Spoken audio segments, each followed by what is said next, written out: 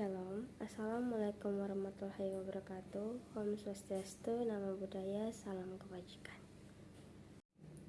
Perkenalkan, nama saya Putri Korne Aureka Sumayo dengan NIM 2214201141, kelas A5 Keperawatan semester 2, Fakultas Keperawatan, Universitas Pembangunan Indonesia Manado. Pada video kali ini saya ingin mempresentasikan materi tentang efek-efek samping pada obat. Definisi efek samping. Efek samping adalah setiap efek yang tidak dikehendaki, yang merugikan atau membahayakan pasien atau adverse reaction dari suatu pengobatan. Efek samping tidak mungkin dihindari atau dihilangkan sama sekali, tetapi dapat ditekan atau dicegah seminimal mungkin dengan menghindari faktor-faktor risiko yang sebagian besar sudah diketahui. Masalah efek samping obat. Beberapa contoh efek samping misalnya, yang pertama, reaksi alergi akut karena penisilin atau reaksi imunologik. Yang kedua, hipoglikemia berat karena pemberian insulin atau efek farmakologik yang berlebihan. Yang ketiga, osteoporosis karena pengobatan kortikosteroid jangka lama atau efek samping penggunaan jangka lama. Yang keempat, hipertensi karena penghentian pemberian klonidin atau gejala penghentian obat withdrawal syndrome. Yang kelima, fokomelia pada anak karena ibunya menggunakan thalidomid pada masa awal kehamilan atau efek teratogenik dan sebagainya. Pembagian efek samping. Efek samping obat dapat dikelompokkan atau diklasifikasikan dengan berbagai cara, misalnya berdasarkan ada atau tidaknya hubungan dengan dosis, berdasarkan bentuk-bentuk manifestasi efek samping yang terjadi, dan sebagainya. Namun mungkin pembagian yang paling praktis dan paling mudah diingat dalam melakukan pengobatan adalah sebagai berikut. Efek samping yang dapat diperkirakan terbagi atas. Yang pertama, aksi farmakologik yang berlebihan.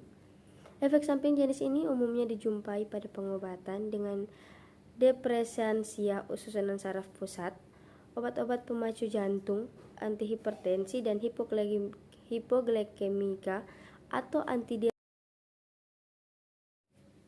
Beberapa contoh spesifik dari jenis efek samping ini misalnya, yang pertama, depresi respirasi pada pasien-pasien bronkitis berat yang menerima pengobatan dengan morfin atau benzodiazepin. Yang kedua, hipotensi yang terjadi pada stroke, infark miokard atau kegagalan ginjal pada pasien yang menerima obat antihipertensi dalam dosis terlalu tinggi. Yang ketiga, bradikardi pada pasien-pasien yang menerima digoxin dalam dosis terlalu tinggi. Yang keempat, palpitasi pada pasien asma karena dosis teofilin yang terlalu tinggi. Yang kelima, hipoglikemia karena dosis antidiabetika terlalu tinggi.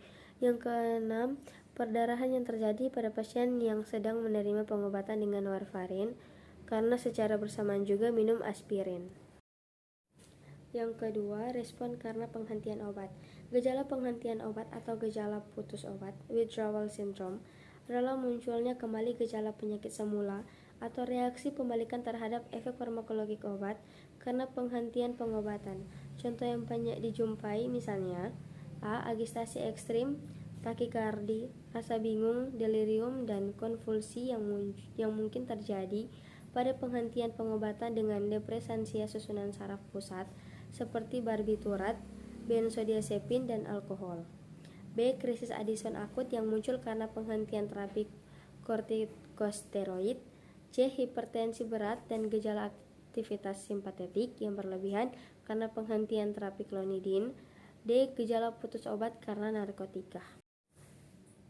Reaksi putus obat ini terjadi karena selama pengobatan telah berlangsung adaptasi pada tingkat reseptor. Adaptasi ini menyebabkan toleransi terhadap efek farmakologik obat, sehingga umumnya pasien memerlukan dosis yang makin lama makin besar, atau sebagai contoh berkurangnya respon penderita epilepsi terhadap fenobarbital atau phenytoin, sehingga dosis perlu diperbesar agar serangan tetap terkontrol. Yang ketiga, reaksi idiosinkratik. Istilah idiosinkratik digunakan untuk menunjukkan suatu kejadian efek samping yang tidak lazim, tidak diharapkan atau aneh, yang tidak dapat diterangkan atau diperkirakan mengapa bisa terjadi. Untungnya, reaksi idiosinkratik ini relatif sangat jarang terjadi. Beberapa contoh misalnya, A. Kanker pelvis ginjal yang dapat diakibatkan pemakaian analgetika secara serampangan. B. Kanker uterus yang dapat terjadi karena pemakaian estrogen jangka lama tanpa pemberian progesterogen sama sekali.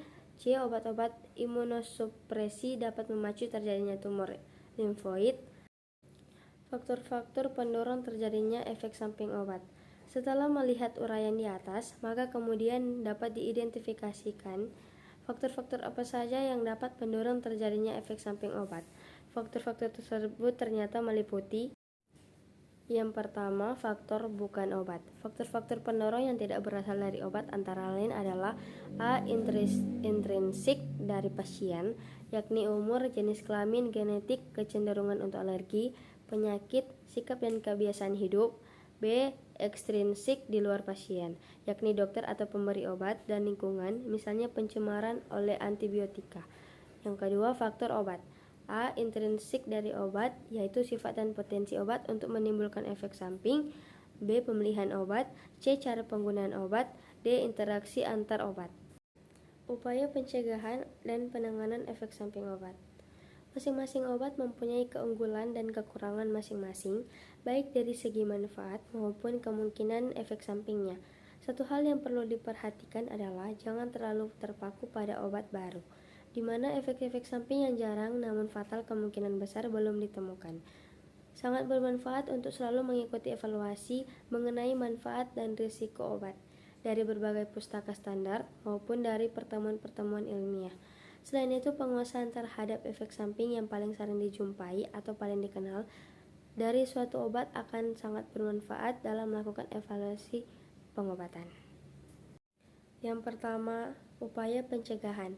Agar kejadian efek samping dapat ditekan serendah mungkin, selalu dianjurkan untuk melakukan hal-hal berikut. A. Selalu harus ditelusuri riwayat rinci mengenai pemakaian obat oleh pasien pada waktu-waktu sebelum pemeriksaan, baik obat yang diperoleh melalui resep dokter maupun dari pengobatan sendiri. B. Gunakan obat hanya bila ada indikasi jelas dan bila tidak ada alternatif non-farmakoterapi. C. Hindari pengobatan dengan berbagai jenis obat dan kombinasi sekaligus.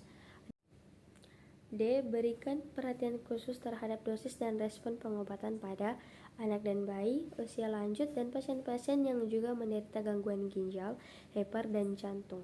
Pada bayi dan anak, gejala dini efek samping seringkali sulit dideteksi karena kurangnya kemampuan komunikasi. Misalnya, untuk gangguan pendengaran. Perlu ditelaah terus apakah pengobatan harus diteruskan dan segera hentikan obat bila dirasa tidak perlu lagi. Yang kedua, penanganan efek samping. Dengan melihat jenis efek samping yang timbul serta kemungkinan mekanisme terjadinya, pedoman sederhana dapat direncanakan sendiri, misalnya seperti berikut ini. A. Segera hentikan semua obat bila diketahui atau dicurigai terjadi efek samping, telah bentuk dan kemungkinan mekanismenya. Bila efek samping dicurigai sebagai akibat efek farmakologi yang terlalu besar, maka setelah gejala menghilang dan kondisi pasien pulih, pengobatan dapat dimulai lagi secara hati-hati, dimulai dengan dosis kecil.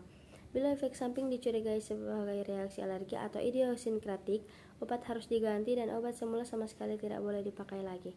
Biasanya reaksi alergi atau idiosinkratik akan lebih berat dan fatal pada kontak berikutnya terhadap obat penyebab. Bila sebelumnya digunakan berbagai jenis obat dan belum pasti obat yang mana penyebabnya, maka pengobatan dimulai lagi secara satu persatu. B. Upaya penanganan klinik tergantung bentuk efek samping dan kondisi penderita. Pada bentuk-bentuk efek samping tertentu diperlukan penanganan dan pengobatan yang spesifik.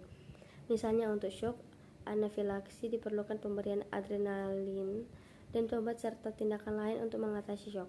Contoh lain misalnya pada keadaan alergi, diperlukan penghentian obat yang dicurigai, pemberian antihistamin atau kortikosteroid bila diperlukan, dan lain-lain. Berikut ini adalah contoh dari efek samping obat yang biasanya terjadi. A. Kerusakan janin akibat thalidomid dan asuktane. B. Pendarahan usus akibat aspirin. C. Tuli dan gagal ginjal akibat antibiotik gentamisin. D. Kematian akibat propofol. E.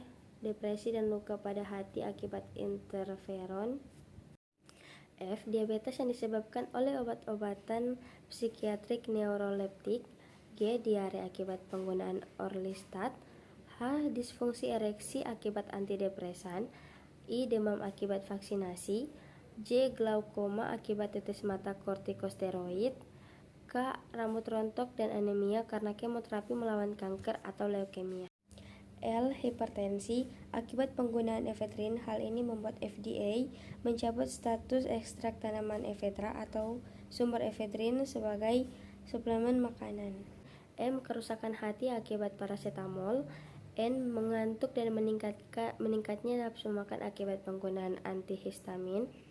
O. Stroke atau serangan jantung akibat penggunaan sildenafil atau Viagra. P. Bunuh diri akibat penggunaan fluoxetine, suatu antidepresan. Sekian dari video saya. Apabila ada kesalahan kata dalam pengucapan, mohon maaf. Dan semoga materi yang saya presentasikan bisa berguna untuk teman-teman sekalian. Sekali lagi, terima kasih. Bye-bye.